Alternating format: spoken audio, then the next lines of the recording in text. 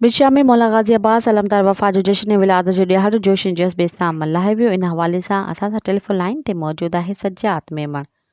जी सज्जाद, वधीक तफ़सील खां कजो, छा तफ़सीलात आहिनि? जी बिल्कुल, मौला गाज़ी अब्बास अलमदार वफ़ा जो जश्न विलादत जो ॾियारो जेको जोश जज़्बे सां मल्हायो वियो।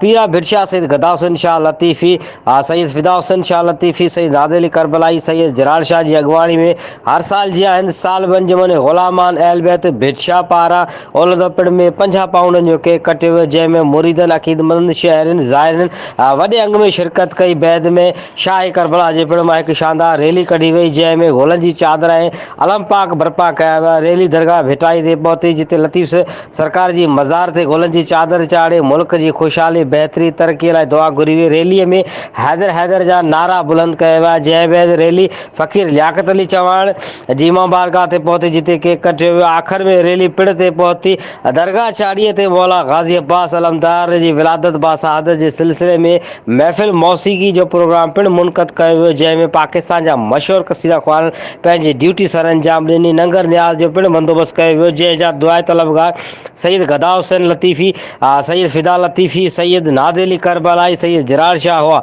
ऐं रैली जी हिफ़ाज़त इंतज़ाम जेके आहिनि सैयद जमाल शाह, कामरान पंवर, इमरान होत ऐं मिठू मला, काशिम मला ऐं ॿियनि बहितर कया हुआ। जी वॾी महिरबानी तफ़सीलात खां आगाही ॾियण लाइ। मज़ीद ख़बरनि ऐं तफ़सीलात लाइ विज़िट कयो असांजी वेबसाइट www.awamiNewsHD.com ऐं ॾिसंदा रहो अवामी न्यूज़ HD।